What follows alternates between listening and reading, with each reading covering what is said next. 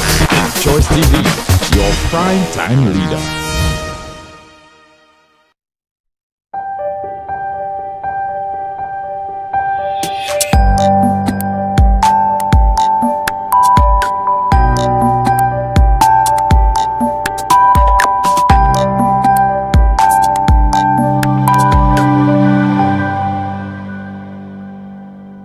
Thank you for joining us for another episode of The Office, where our door is always open.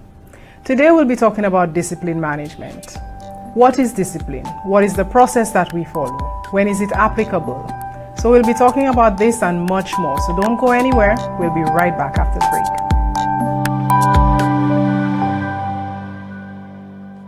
The Office is brought to you by Renwick & Company Limited, Multi-Graphics powered by Expert Group and the Goddard Catering Group. The business environment is rapidly evolving. We must continually adapt to remain competitive. At HRWise, we help businesses create and sustain a competitive advantage through their people. Let us help you develop solutions for recruiting and selecting the right talent, improving employee engagement, managing performance, and much more. Realize the true potential of your workforce. Harness the power of your people. HRWise, we partner for success.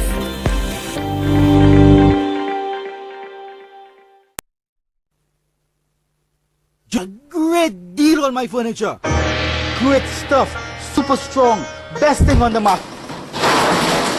Your furniture says a lot about your business. For best quality, durability, and style, Global Office Furniture from Renwick is the only choice for any serious business. Don't be fooled by cheap supplies from other commercial houses. Let Global Furniture speak for your business. Think Renwick & Company. Think global, because value is always in style.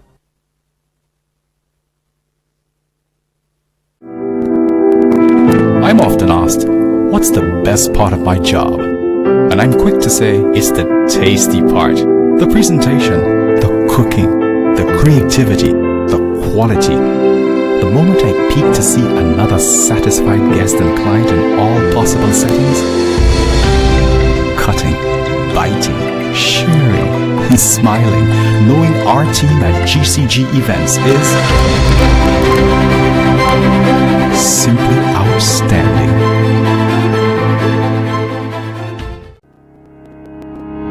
People are a company's single biggest asset and by far your largest expense. So managing your workforce is no easy task. There's productivity, engagement, talent management, discipline, labor laws, and the list goes on. Now there's a simple way with HRWise. The Office, every Tuesday at 9 p.m. on ChoiceTV. Get a head start and see how easy HR can be.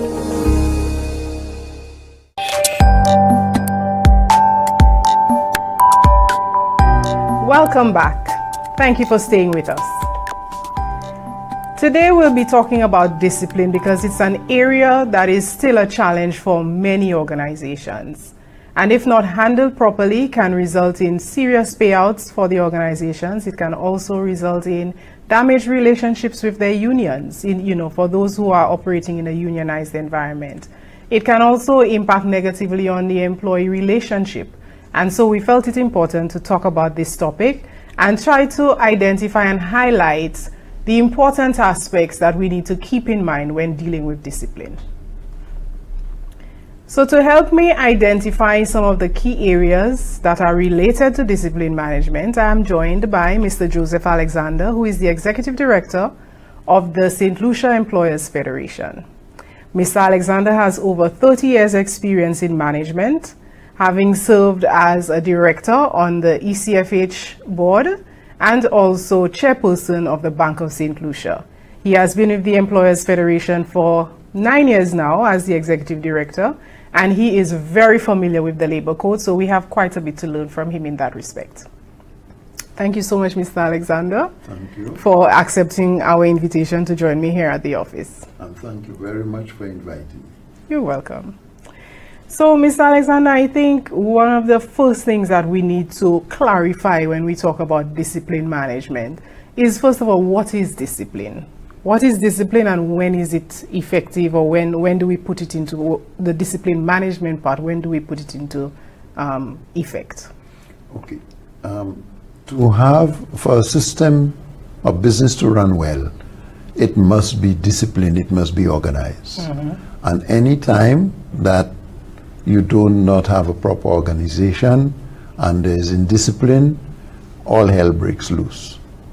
So discipline must be adhered to, and with the advent of the labor code of St. Lucia in 2012, there is a process for disciplining, and this is what I would like to share with your audience today. Yes, a very good place to start. So understanding what that process is. So in St. Lucia we follow the progressive discipline process, and so you could go ahead and share with our audience the different steps related to that. Yeah, the progressive discipline is, as the term says, it's progressive. So, for example, you may begin with a verbal warning.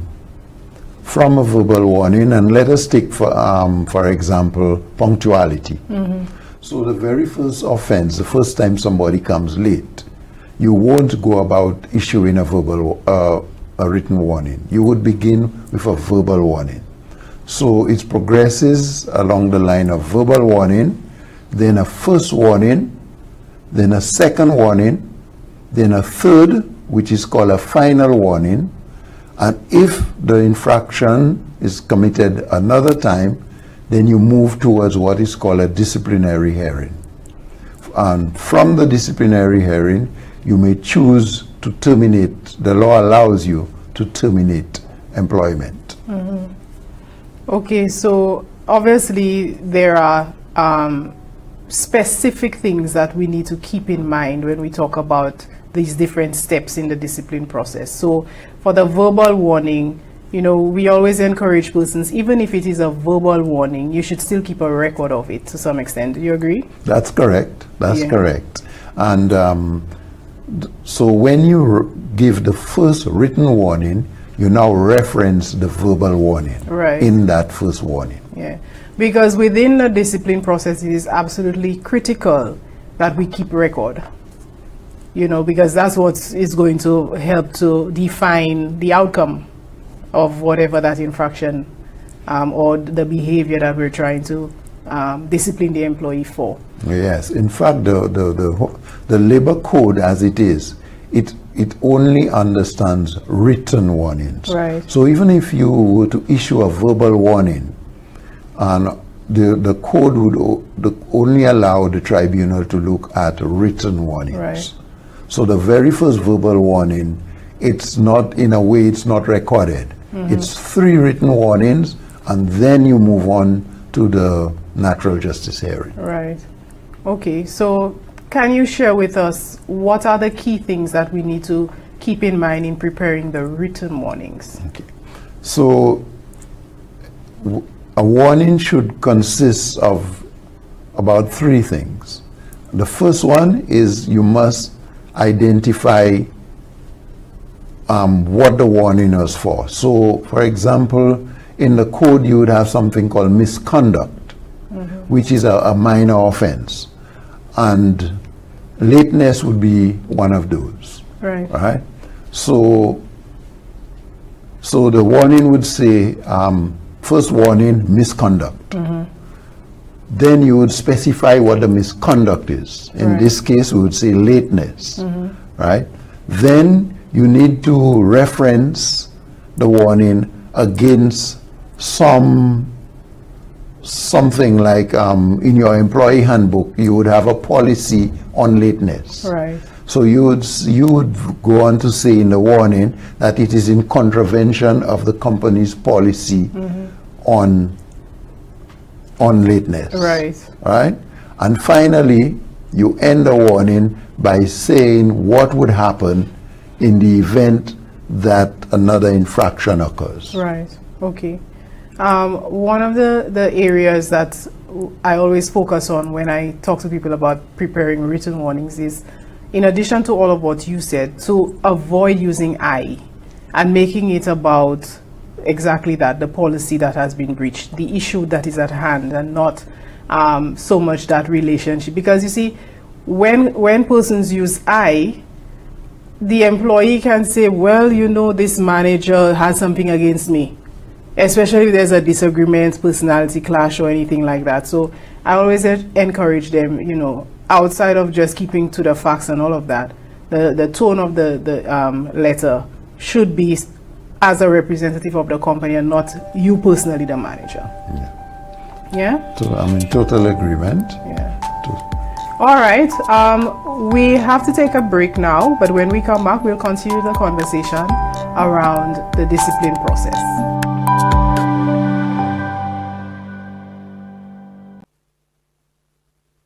Great deal on my furniture. Great stuff. Super strong. Best thing on the market. Your furniture says a lot about your business. For best quality, durability, and style, Global Office Furniture from Renwick is the only choice for any serious business. Don't be fooled by cheap supplies from other commercial houses. Let Global Furniture speak for your business. Think Renwick and Company. Think global, because value is always in style.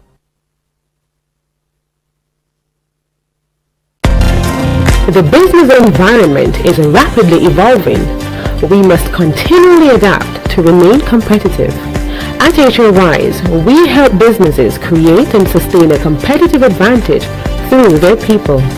Let us help you develop solutions for recruiting and selecting the right talent, improving employee engagement, managing performance, and much more. Realize the true potential of your workforce. Harness the power of your people. HRWise, we partner for success.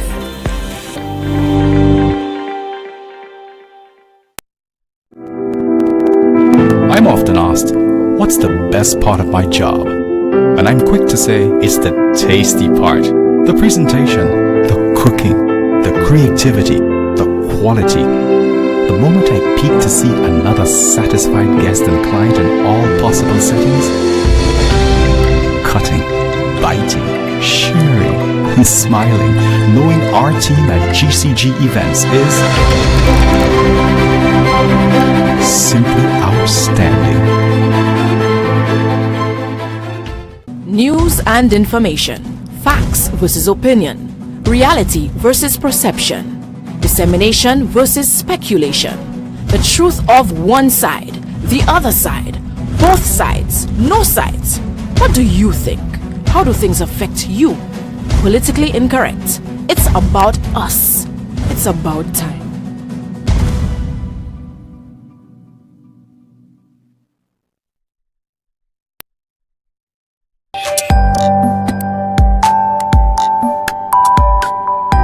Thank you so much for staying with us. Before the break, we were talking about written warnings. So, Mr. Alexander, can you share with us some examples of situations where written warnings would be warranted? Okay. There are two. There's misconduct, which is the minor offenses, Right. and there is serious misconduct, which are the graver ones.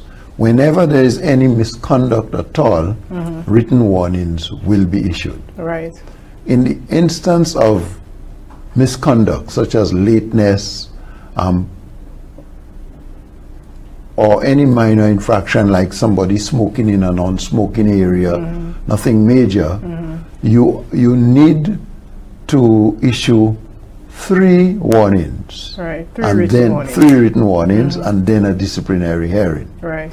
Whereas for serious misconduct, which is more serious, and that would be somebody misbehaving at work, threatening, fighting, etc. Yes.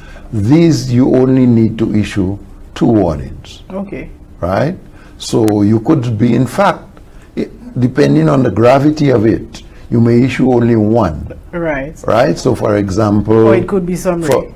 Yes, or it could be, immediate, so like theft. You would not issue any warnings for theft. Right. You would go straight to a disciplinary hearing and you could terminate. Right. Right? But for example, like neglect of duties or disobeying a lawful order given by the management, these would entail one warning and then a disciplinary hearing. Right. So I want to make the difference. I want to draw your attention to the difference between misconduct and serious misconduct. Yeah. So where does the suspension come into effect within the progressive discipline process? Okay, there are two types of suspensions. The first suspension is a suspension with pay. Right. This comes about if somebody has carried out a serious misconduct and you need time to investigate the matter. So for example, like fraud, if there is an issue of fraud, then you would suspend that person while you investigate the matter. Right. And this is paid suspension. The other suspension, but there's is there a ceiling, a time frame? Oh yes, there is a, thank you, there's a ceiling of 4 weeks. So you can only suspend for up to 4 weeks. Right, so the employers need to ensure that they do everything within their power to stick within that time. Within the 4 weeks. Once the 4 weeks are up, you've got to get the person back into work. Otherwise, you're breaking the law. Okay. Right. The other one is after a disciplinary hearing. The law gives you the option to suspend the employee. If you do not want to terminate, it gives you the option to suspend without pay. And that's the only time you can suspend without pay for up to 4 weeks as well. Yes. So that's in lieu of dismissal. In lieu of dismissal. So the practice that is currently being followed where persons are being suspended for minor infractions, you're saying that that is incorrect? Yeah, in fact it's illegal now. It used to be under the old labor laws. You could have. Yeah. But I think you need to repeat that, Mr. Alexander, because I don't think that a lot of companies realize that. Yeah. Because it's still being done a lot. Persons are being suspended in the middle of the process. So sometimes even before the second warning letter. Wow. Okay. Suspensions are being effected. Yeah, well, that's totally contrary to the Labor Act. Right. And in fact, the code is now called the Labor Act 2006. But we can use the code because that's what most of us are accustomed to using. The suspension without pay can only be done after a disciplinary hearing and you have found that the employee is guilty. Right. In lieu of dismissal, you can choose to suspend the person without pay for a period of up to 4 weeks. And obviously, the period that you choose must match the offense. Oh, that's correct. Right. Yes, because so the gravity of the offense will decide. But again, it's up to the employer to decide how much time they would the gravity of it. Yeah, so I guess the circumstances surrounding the incident as well would play a big role in helping to define how long that suspension period should be. Yeah, that's correct. Okay, so Mr. Alexander, what about discipline during the probationary period? Okay, the probationary period is the only time that the employer can terminate an employee without a disciplinary hearing or for no reason at all. The code specifies that the probationary period is 12 weeks. And the probationary period is a time at which you could come up with your assessment of the employee. Right. Right? And normally the probationary period is 12 weeks, but if, for example, the employee is not quite there at the end of the 12 weeks, the code allows you to extend the probationary period for further for another 12 weeks. Right? So in other words, custom and practice have never seen a probationary period of longer than 6 months. Right. But the most important thing about the probationary period is that's the only time that you can terminate without giving a reason. You don't have to pay notice. You don't have to pay vacation. There is nothing. And you don't necessarily have to give any warnings. No warnings, no reason. Yeah. right? Okay. So the probationary period is a very important period. Yeah. And that's the only advantage to the employer I can see for the time being. Okay. All right. Well, thank you very much. This has been an interesting discussion. We will be right back after the break. Don't go anywhere.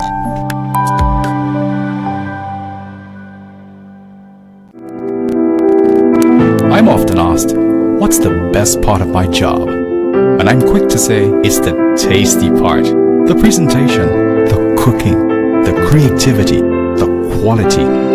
The moment I peek to see another satisfied guest and client in all possible settings, cutting, biting, sharing, and smiling, knowing our team at GCG Events is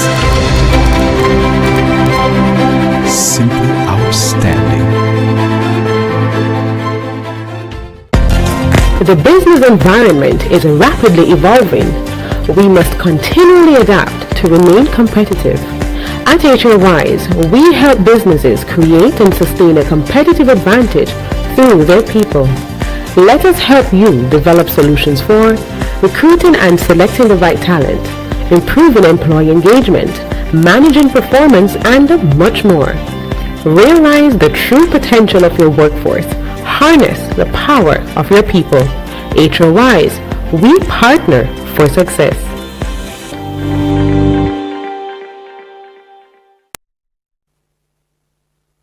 A great deal on my furniture. Great stuff, super strong, best thing on the market. Your furniture says a lot about your business. For best quality, durability, and style, Global Office Furniture from Rennick is the only choice for any serious business. Don't be fooled by cheap supplies from other commercial houses. Let Global Furniture speak for your business. Think Rennick and Company. Think global, because value is always in style.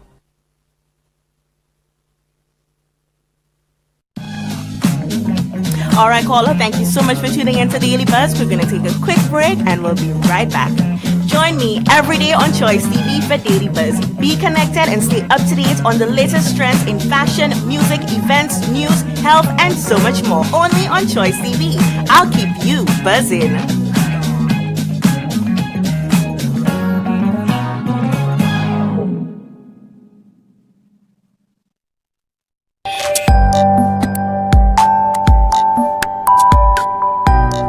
Thank you so much for staying with us.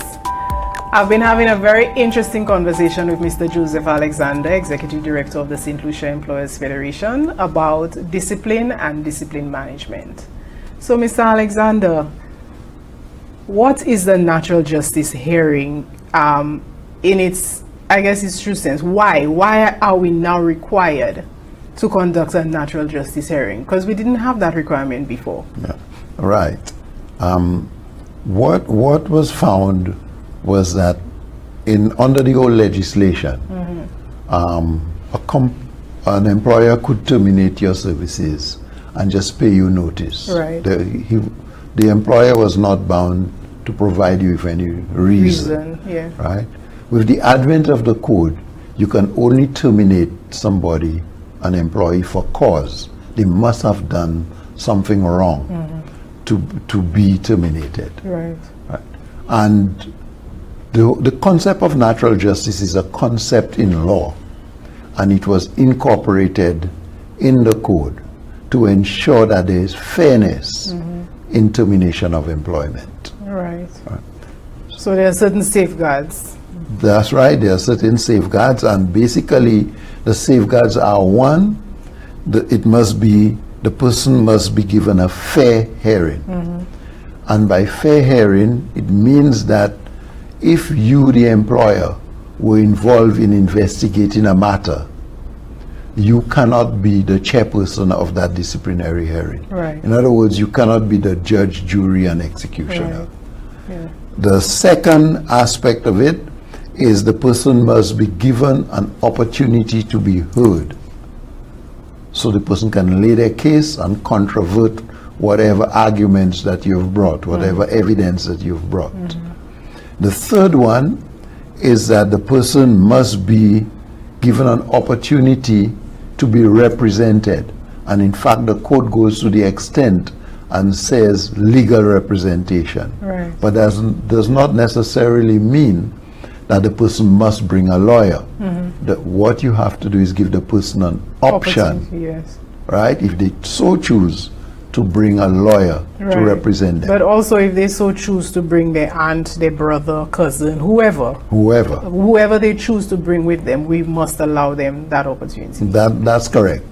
They can choose whoever they want to represent them, to the point of if they choose a lawyer, you have no option but to allow it. Yeah. And the final one is you must lay out all the particulars of the offense, so the person doesn't come in blindsided. Right. So the person know what they are coming to defend themselves against.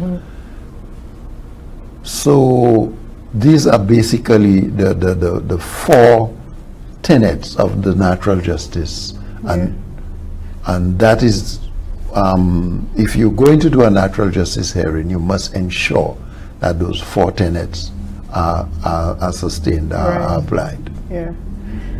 This is an area of concern for a lot of employers because it's a time-consuming process. And I've heard employers say, you know, that's a waste of my time. Why should I have to do that? What do you think of the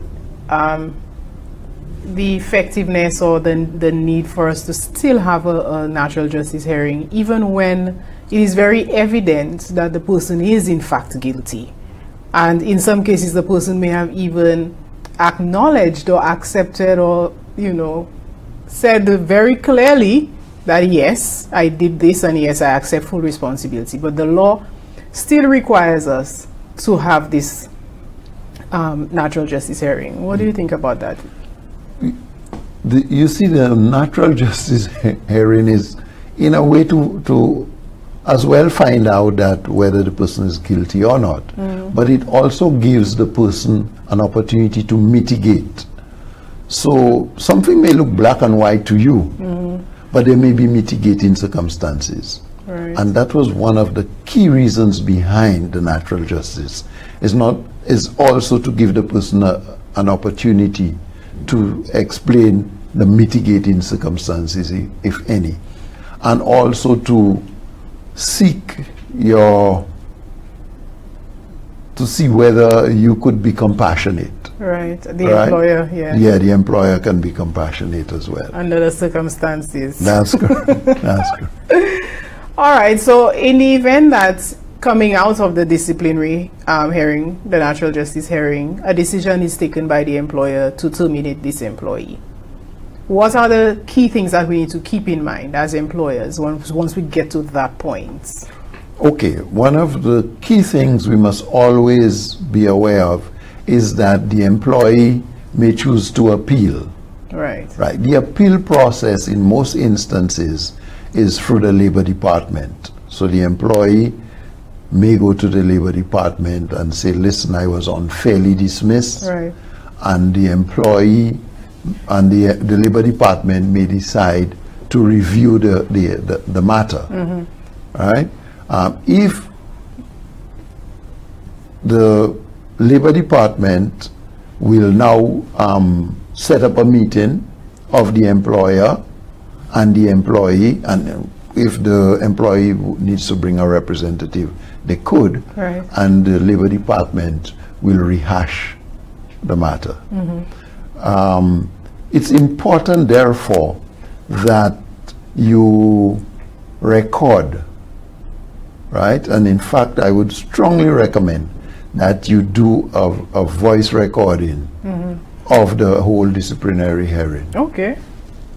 I would strongly recommend it in the event that you need to refer to whatever transpired. Okay.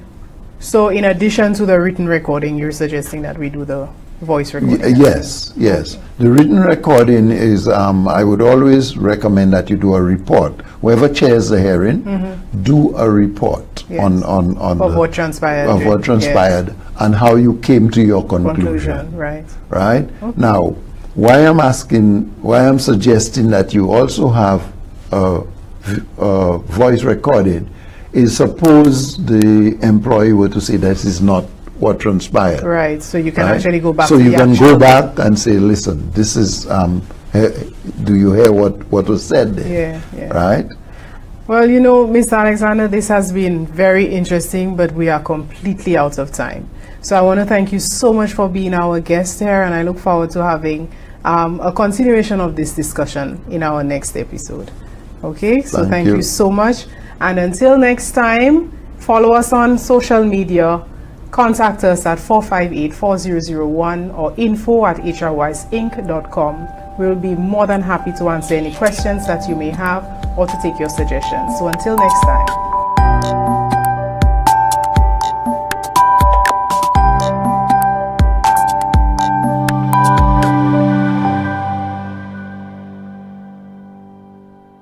This time check is brought to you by Media Zone Production.